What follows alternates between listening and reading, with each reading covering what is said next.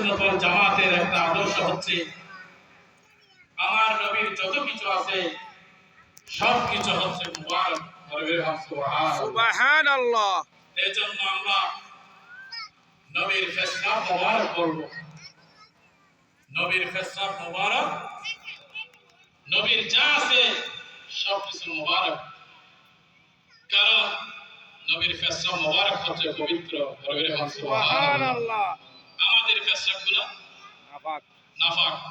পেশাব পায়খানা শরীরের যে দূষণীয় যে পানিগুলো আছে এগুলো খাওয়া আমাদের জন্য হারাম করে দিয়েছে। কিন্তু নবীর পেশাব উম্মাহ ঈমান নবীরকে ভালোবাসে খেয়ে ফেলেছে। কি কারণ? আমরা পেশাব যেখানে করি সেখানে ঘাস পর্যন্ত মরে লাল হয়ে যায়, ঠিক কিনা? যদি ধান ক্ষেত থাকে সেখানে আর ধান হওয়া সম্ভাবনা নেই। আর আমার নবী কখন পেশাব করতে আসবে? জমিন দুই ভাগ হয়ে যায় নবীর পেশাব গুলো আহার করার জন্য। সুবহানাল্লাহ। এই জন্য আমার নবী বলছেন, উম্মাহ ঈমান তুমি আমার পেশাব গুলো একটু ফেলে দিয়ে আসো। উম্মাহ ঈমান পাত্রটা নিয়ে আমার নবীর পেশাব মোবারক গুলো অল্প দূরে গিয়ে যখন যাওয়ার সময় উম্মাহ ঈমান সে পেশাব মোবারক থেকে বেশ আম্বরের খুশবু পাচ্ছে, এমন খুশবু পাচ্ছে। উম্মাহ ঈমান চিন্তা করে গেল, পেশাবের মধ্যে, মানুষের পেশাবের মধ্যে তো গন্ধ থাকে, আর আমার নবীর পেশাবের মধ্যে এমন খুশবু আসে যেমনি ভাবে মেশক আম্বরের চেয়ে বেশি খুশবু। উম্মাহ ঈমান আর দেরি করে নাই, ওই খুশবু যখন পেয়েছে তখন ওই পেশাবগুলো উম্মাহ ঈমান খেয়ে ফেলেছে। সুবহানাল্লাহ। উম্মাহ ঈমান ওই পেশাবগুলো খেয়ে ফেলেছে। খাওয়ার পর পাত্রটা নিয়ে যখন নবীর দরবারে চলে আসলেন, উম্মাহ ঈমানের কাছ থেকে নবীজি জিজ্ঞাসা করলেন, উম্মাহ ঈমান তোমাকে একটা কাজ দিয়েছিলাম, তুমি পেশাবগুলো ফেলে দিয়েছ। উম্মাহ ঈমান এই কথা বলে উম্মাহ ঈমান বলছেন, ইয়া রাসূলুল্লাহ, ইয়া হাবিবাল্লাহ, ওগো নবীজি আমি পেশাবগুলো ফেলে দিয়েছি। সুবহানাল্লাহ। কোথায় ফেলে দিয়েছে সেটা বলে নাই। আমার রাসূল জিজ্ঞাসা করছেন, উম্মাহ ঈমান পেশাব ফেলে দিয়েছো?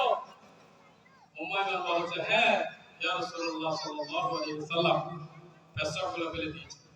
যখন আমার নবীজি কোথায় ফেলে দিয়েছো এটা জিজ্ঞাসা করছে, উম্মাহ ঈমান ফেলে দিয়েছে। উম্মাহ ঈমান বলছেন, ইয়া রাসূলুল্লাহ বিয়াদিফি মাফ করবেন, আমি পেশাবগুলো কোন জায়গায় মাটির মধ্যে ফেলে দিই নাই। আমি পেশাবগুলো আমার নবীর পেশাবগুলো আমি উম্মাহ খেয়ে ফেলেছি। সুবহানাল্লাহ। এই কথা যখন বললাম আমার নবী খুশি হয়ে গেছেন। উম্মাহ ঈমান তোমার জন্য জাহান্নামের আগুন হারাম হয়ে গেছে। তোমার পেটের মধ্যে নবীজির পেশাব মুবারক প্রবেশ করেছে। তোমার পরিবারের মধ্যে যত সদস্য, তোমার যত সিলসিলা হবে, তোমার বংশের মধ্যে যত মানুষ আসবে, উম্মাহ ঈমান আমি নবী নবুয়তের জবানে ডিক্লার দিচ্ছি, তোমার বংশের মধ্যে সবার জন্য আমি নবীর সুপারিশের মাধ্যমে জাহান্নাম হারাম করে দিয়েছি। সুবহানাল্লাহ। নারে তাকবীর, নারে রিসালাত, ইয়া রাসূলুল্লাহ, নারে গাউসিয়া, ঈদে মিলাদুন নবী জিন্দাবাদ। নবী ডিক্লার দিয়েছেন, উম্মাহ ঈমান তোমার জন্য শুধু জাহান্নাম হারাম হয়েছে তাই না, তোমার নসল দিয়ে বংশের মধ্যে যত আসবে সবার জন্য আমি ওই জাহান্নামের আগুনকে হারাম করে দিয়েছি। আমি নবীর পেশাব মুবারক খাওয়ার কারণে সুবহানাল্লাহ।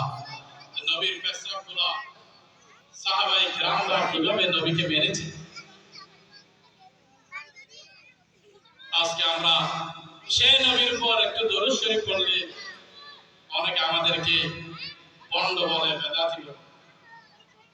তোমরা যত বলো না কেন আমরা পড়তে থাকবো, বলতে থাকবো, কারণ সিদ্দিক আকবর যে ঈমান এনেছে আমরা সেই ঈমান এনেছি। সুবহানাল্লাহ। সাহাবায়ে কেরামরা নিজের অস্ত্র পিত্র ত্যাগ করে দিয়েছে, নবীর জন্য এমন পাগল হয়েছে। এই জন্য আজকের যেন নাজাতের উসিলা হয়।